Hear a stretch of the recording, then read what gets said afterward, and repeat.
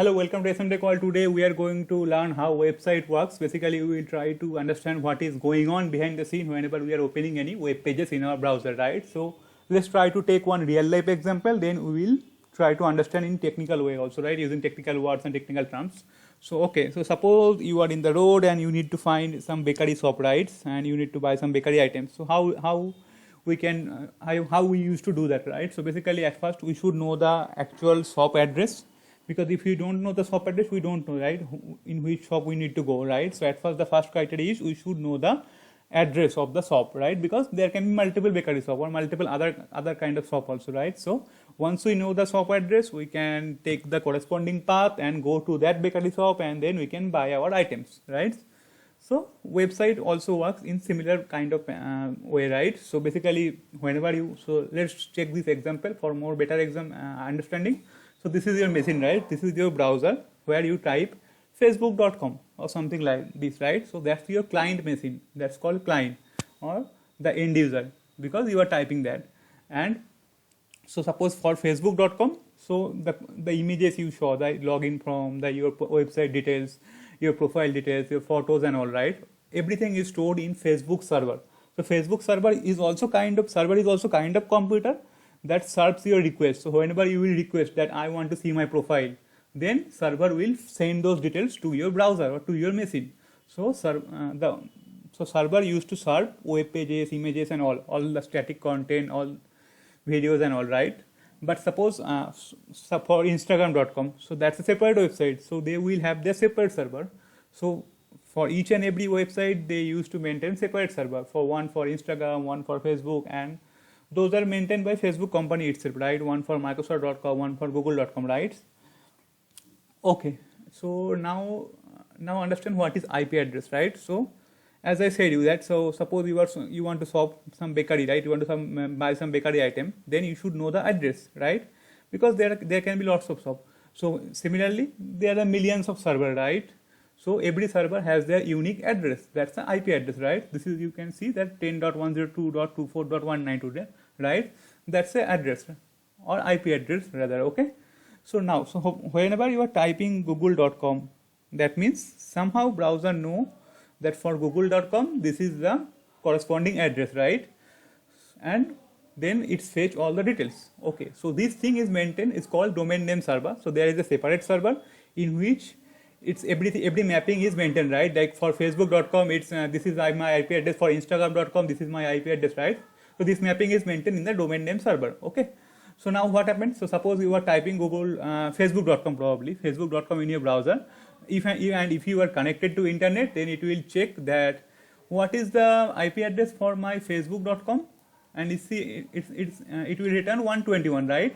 So I know that my IP address is 121. Now I will call directly Facebook server, right? This is our Facebook server, and I will call here, right? And I will say that for first time, right, I want to log in, so please send me the login page, and in that page we can enter the username and password, right? Then server will respond that okay, this is the page, and you can render and you can show it to the user so that user can enter password and all, right? So this is how server works. But in between there are lots of things. So whatever you are requesting, that goes through HTTP connection, right? Secure connection, HTTP or HTTPS, right? And apart from that, whenever facebook.com or your servers returning anything, they used to return a packets, right? Packets means small chunks of data. So suppose in your Facebook profile homepage, right, you have hundreds of photos, right, stored. So if server send all those 100 records at a time, that will be time consuming, and server cannot serve to multiple users, right? So basically, whenever server sends data, used to send, this is how it's server response, right? Server used to send small packet or small chunks of data to client, then client rendered that website. Okay, so this is how website works, right? So let's try to see one real example. Okay, so let's try to see one real life example.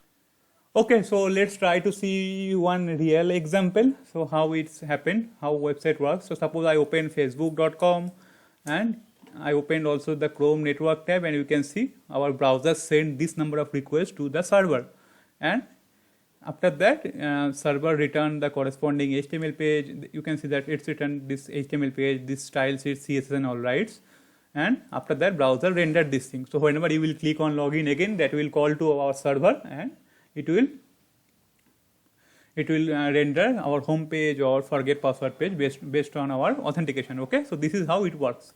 So now try to go to or dive into some more details how it works. So basically I already told you, right? So basically in a website there are three parts: front end, back end, and database. So in the front end, you know that's a client side language. You can say that that's a client where that's our browser actually, and in browser we used to have this four section: HTML, CSS, JS, and data, right? Similarly for backend, that's called server. So to develop server, we can use either Java, we can use Python, we can use .NET. So there are various languages, right? Similarly for in database, we used to store our user information or data, basically data. So in case of Facebook, the user information, your comment, your post, everything is stored in the data in the database. So in database, we have multiple options like Oracle DB, MySQL DB, even MongoDB has no SQL database. These all are the thing, right? Similarly for front end, we have this technology: HTML, CSS, JS, and data. So basically using HTML, whatever you are seeing in the browser, right? So that's a HTML page, and whatever the styling, the color, green color button, blue color button, these all are being achieved using CSS. So basically HTML and CSS are responsible for designing the web page or static page, right? But this login, so whenever suppose you are clicking on this login button, right? So whatever you typed in this input box, that is being sent to our server, right? So the calling the server, so sending data to server and receiving data from server and display those in our HTML pages, these things are being handled by JavaScript. So JavaScript is the client side scripting language mainly, but nowadays you can use JavaScript in server side also. If you use Node.js, then that is also a server side language, right? So how this is how the website works behind the scene. So whenever you open your browser, it at first check the domain name corresponding. So suppose for google.com, it will go to domain name server and check what is the actual IP address for google.com. Then it will send the request to that particular Google server. Then Google server will respond with data, right? So this is how in broad level website works, right? I think that's pretty much for this video. If you like this video, please subscribe to our channel. Thanks for watching. Bye bye.